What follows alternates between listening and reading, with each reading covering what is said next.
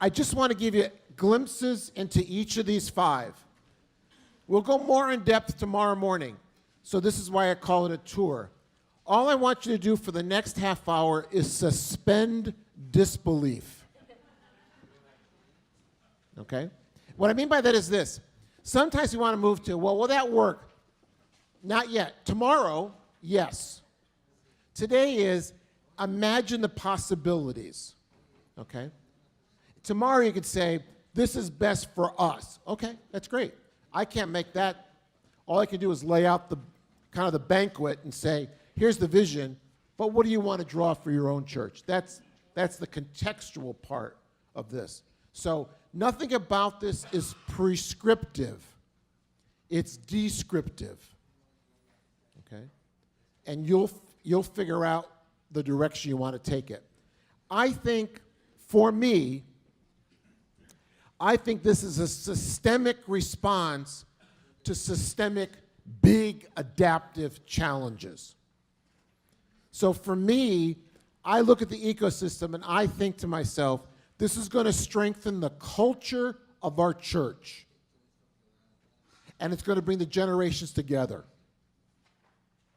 in one place. Secondly, it's going to go after our 10 decades of diversity. Now, in the back of your mind, you're thinking, we can barely maintain what we have going now. I know. That's why we're going to be imaginative and creative about how we do it. But for me, the imperative of doing lifelong faith formation is just critical. But not alone, knowing that I'm going to connect the generations as well as address their unique needs. We have to move home in intentional ways because that's where transmission takes place. The stronger our families and all their different varieties and shapes and forms, the stronger families, the more they're practicing and sharing faith at home, the stronger our church community is. And so how do congregations equip parents, grandparents, and families for faith practice? And how do we strengthen the parent people? Don't worry about having any competition. There's nobody else who's going to fight you to work with families. It's sad though, but it's true. And then the missional piece is how we broaden our church campus.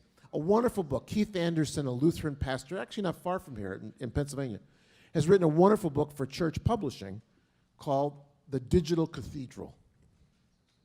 And it's all about taking cathedral imagery into the 21st century, complete with a schematic of the Canterbury Cathedral, which he uses as his imagery. It's fascinating. But how to think cathedral-like, not parish-like.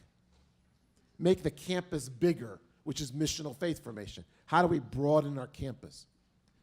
And then how do we use online places where people are already and digital tools to enable this to happen?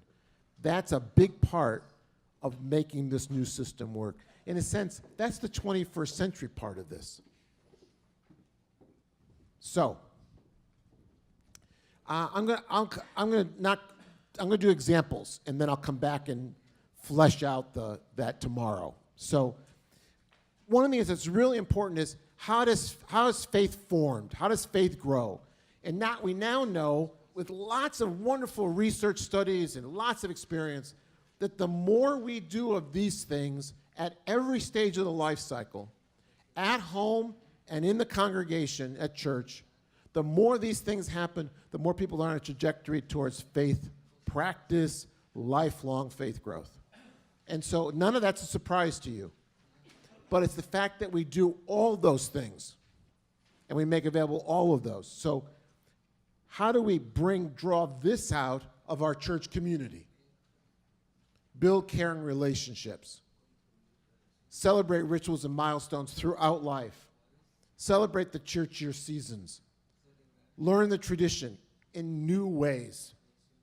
Praying and spiritual formation, reading the Bible, serving, working for justice, caring for creation, worshiping. All of those are the core factors that promote lifelong faith growth. And part of our task will be, how do we become much more intentional about that in the church community, in the home community, and as we expand our campus out into people's daily lives?